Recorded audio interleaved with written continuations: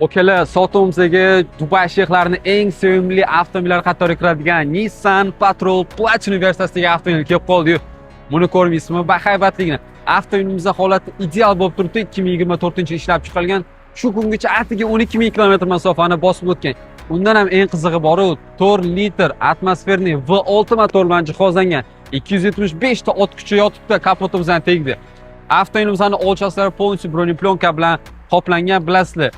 Dubay cho'llarida eng yetakchi o'rinda turadigan avtomobil bo'ladi. Avtomobilimizda beskich do'stov, mana ichki salonlarni ko'rmaysizlarmi? Endi shunaqa katta prostorni ishlab qo'yishgan. Qoraga oranjevый kojniy salondan jihozlangan. Apshkalarni qarang, taqa kojniy bo'lib yotibdi. Pamять сидения, мультимедийный руль, yo'da cruise control qismi, sistema удержания polasi hammasi mavjud. Abdov abagreplarigacha bordik, gap yo'q. Undan tashqari 490 klimat kontrol, 360 gradus kamera, besprovодная zaryadka va bu yoqda sizni qulayligingiz uchun lyuk. Avtomobilimizning slepoy zonasi bokovoyda emas, balki ikki tarafda joylashgan. Bu albatta sizni qulayligingiz uchun. Mana orqasini ko'ring, bitta okam 3 ta radli, 7 ta o'rindiq bilan jihozlangan.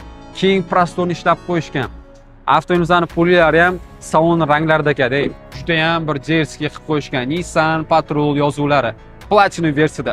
Avtomobilimizning narxi keladigan bo'lsa, egalar bilan gaplashib siz uchun 77800 ga ko'ndirib qo'ydim. Okam, bunaqa avtomobil, bunaqa sassanada, bunaqa probegdan arzivoradi.